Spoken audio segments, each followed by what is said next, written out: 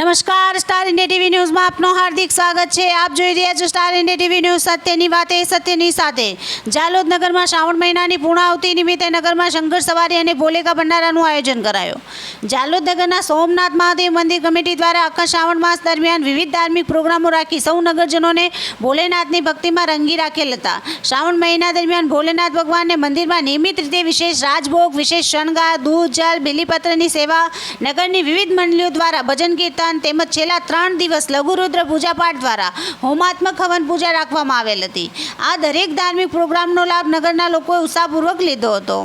આજ રોજ તારીખ 2/9/2024ના સોમવારના અમાવસ્યાના રોજ પવિત્ર શ્રાવણ માસની પૂર્ણાહુતિ નિમિત્તે દેવાધિદેવ મહારાજાધિરાજ ભોલેનાથની શોભાયાત્રા નગરમાં કાઢવામાં આવી હતી।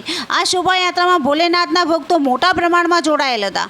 આજના શ્રાવણ મહિનાની એક ખાસિયત એ હતી કે સોમવારના રોજ શ્રાવણ મહિનો પૂરો થયો હતો, તેથી સવારથી સોમવાર તેમજ વિશેષમાં શ્રાવણનો છેલ્લો સોમવાર એટલે કે ભક્તો દર્શન કરવા વધુ પ્રમાણમાં મંદિરે આવેલ હતા। દરેક ભક્તોના ચહેરા પર ભોળાનાથ ભગવાનની સેવા પૂજા કર્યાનો અનેરો આનંદ જોવા મળતો હતો।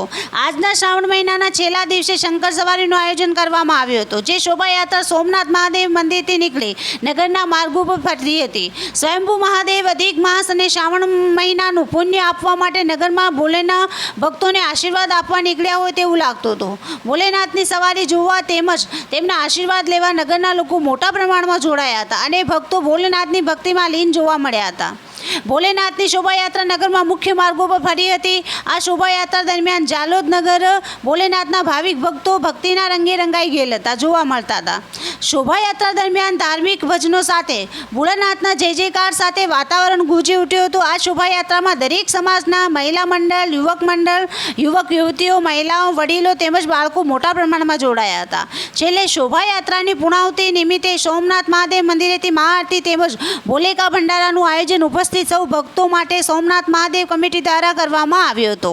Star India TV news Jhalod reporter Pankajbhai Pandit, જિલ્લા દાહોદ।